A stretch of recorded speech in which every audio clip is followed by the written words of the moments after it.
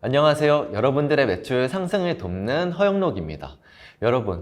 여러분들 사업을 처음 시작하거나 제품을 만들 준비를 할 때 무엇부터 하시나요? 시장 조사라는 것을 하잖아요. 시장 조사라는 건 보통 여러분들은 어떻게 하시나요? 저도 일반적으로 무슨 기사 자료를 찾아보거나 아니면 증권사에서 배포하는 자료를 참고하거나 이런 식으로 시장 조사를 하게 되는데요. 그렇게 조사된 데이터를 어떤 사업계획서에 넣고 그 사업계획서를 투자자나 관련자들에게 브리핑하면서 우리 아이템이, 우리 제품이 얼마나 매력적인지를 설득하는데 우리가 사용하는 부분이 있잖아요. 실제로 우리가 그 사업계획서에서 그치지 않고 진짜 서비스를 런칭했다, 제품을 만들어서 출시했다 라고 했을 때는 과연 그 시장조사가 얼마만큼 의미가 있을까요? 시장조사는 그냥 그 데이터일 뿐이고요. 우리가 실제로 염두에서 조사해야 되는 것은 시장성이라는 겁니다. 시장성이라는 것은 나의 상품이 과연 그 시장에 적합한지, 그리고 제품이 출시되어 그 시장에 진입했을 때 적합한 성과를 얻을 수 있을 것인지에 대해서 정확하게 판단을 해야 된다는 것이에요. 그래서 이런 시장성 분석을 저는 어떻게 하는지 여러분들께 설명을 드리고자 합니다. 저는 보통 세 가지 기준으로 시장성을 판단하는데요. 첫 번째는 바로 수요와 경쟁입니다. 얼마만큼 나의 상품을 찾을 사람들이 많이 있느냐, 수요를 먼저 확인을 해야 되는 것이고, 얼마만큼 나와 비슷한 제품 혹은 비슷한 효과, 기능을 가지고 있는 제품들이 서로 경쟁하고 있느냐를 확인을 해야 된다는 거예요. 이런 수요를 우리가 어떻게 확인할 수 있을까요? 친절하게도 네이버에서는 이런 수요를 확인할 수 있는 기능을 제공하고 있습니다. 바로 네이버 광고 페이지 안에 들어가면 키워드 도구라는 기능을 우리가 사용할 수 있는데요. 그 키워드 도구 안에서 고객이라면 우리 제품을 찾을 때 쓸만한 그 키워드들을 최근 1년간 얼마만큼 많은 사람들이 그 키워드를 검색하는지를 우리가 확인할 수 있습니다. 키워드가 한 달에 1000건 혹은 2000건 혹은 1만 건 혹은 10만 건 줘야 된다. 그만큼 사람들이 많이 찾는 제품이구나를 확인하면서 시장이 어느 정도 크겠다라고 우리가 가늠을 해볼 수 있고요. 경쟁은 또 어떻게 확인할 수 있을까요? 이 역시도 동일하게 우리 제품과 관련된 키워드를 검색해 보면 됩니다. 그 키워드로 네이버 쇼핑에서 얼마만큼 많은 상품들이 검색되는지를 확인하면 우리 제품과 동일한 카테고리 혹은 비슷한 효과를 혹은 기능을 가진 제품이 이렇게 많이 검색되는구나, 이 많은 제품들이 나와 경쟁을 하고 있구나를 우리가 확인할 수 있는 것이죠. 일례로 저와 친한 대표님께서 누룽지를 만들어서 판매를 하고 계셨습니다. 저는 그 누룽지를 그만 접으라고 의견을 드렸거든요. 그 이유인 즉슨 한 달 평균 누룽지는 43,000건 정도 사람들이 검색을 하고 있었습니다. 하지만 검색되는 상품의 수는 25만 개가 검색이 되는 아이템이거든요. 25만 개에서 우리 상품이 눈에 띄기 위해서는 굉장히 많은 광고비 투자가 필요한 상황입니다. 어느 정도의 광고비를 쓸 수 있는 여유가 있지 않다면 이 제품은 판매해서는 안 되는 제품이라는 뜻이에요. 이런 식으로 여러분들이 얼마만큼 나의 상품의 수요가 있는지, 그리고 얼마만큼 경쟁이 치열한지를 확인하면서 내가 이 상품을 출시할지 출시하지 말아야 될지를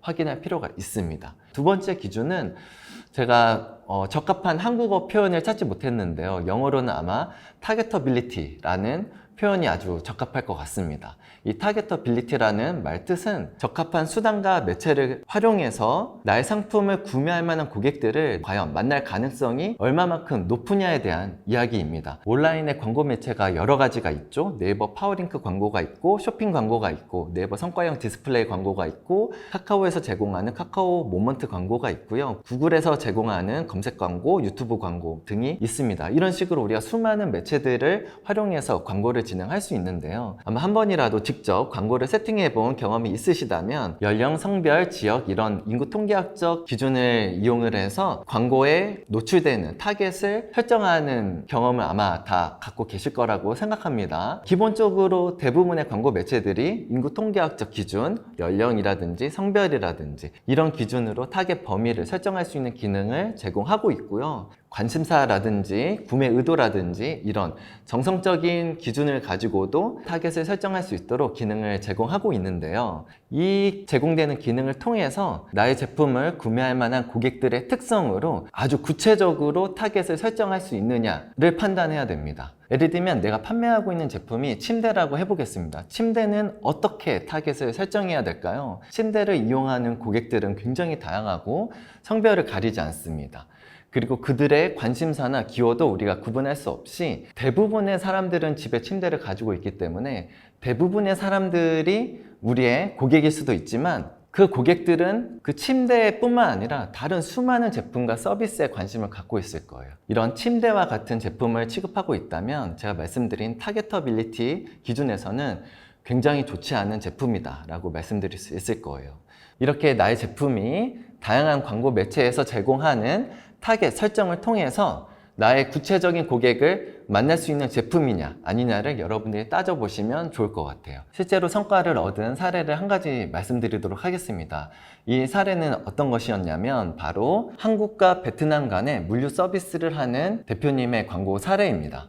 이 서비스를 판매하기 위해서 제가 타겟을 어떻게 설정을 했느냐면요, 지역은 베트남으로 설정을 하고 그들이 사용하는 언어는 한국어로 사용했습니다. 이러면 어떻게 될까요? 만약에 베트남에 거주하고 있는 한국인이라면 당연히 한국과 베트남 간의 물류 서비스에 대해서 대부분 관심을 가질 거라고 생각합니다.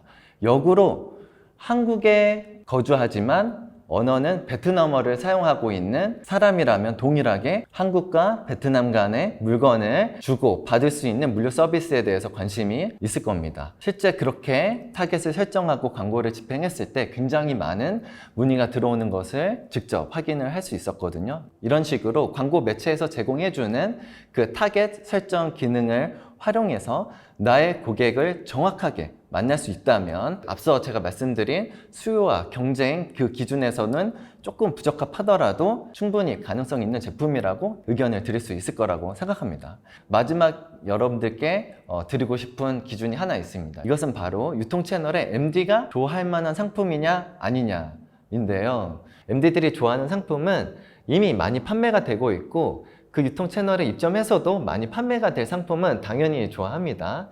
하지만 그뿐만 아니에요. 여러분들의 상품이 만약에 관여도가 낮고 사람들이 그 제품을 이해하기 위해서 어떤 공부를 해야 되거나 학습을 해야 되는 수준의 제품이 아니고 바로 사진만 보더라도 이 제품이 무엇을 이야기하는지를 이해할 수 있는 상품이면 아마 어렵지 않게 유통 채널에 입점해서 판매하고 MD들과 함께 프로모션을 진행할 수 있을 겁니다. 여러분들이 이렇게 수요와 경쟁을 확인하고 나의 상품의 광고가 적합한 고객에게 노출할 수 있는 가능성이 있는지를 확인하고 또 나의 상품을 MD들이 과연 좋아할지도 확인해서 실제 여러분들이 많은 돈을 투자하기 전에 여러분들의 제품이 실제로 시장에서 어떤 반응을 만들어낼 수 있는지를 정확하게 판단하셨으면 좋겠습니다. 오늘 제가 준비한 내용은 여기까지입니다. 혹시 궁금한 사항이 있으면 댓글이나 이메일을 보내주세요. 그러면 제가 다음 영상에서 답변을 드리도록 하겠습니다. 감사합니다.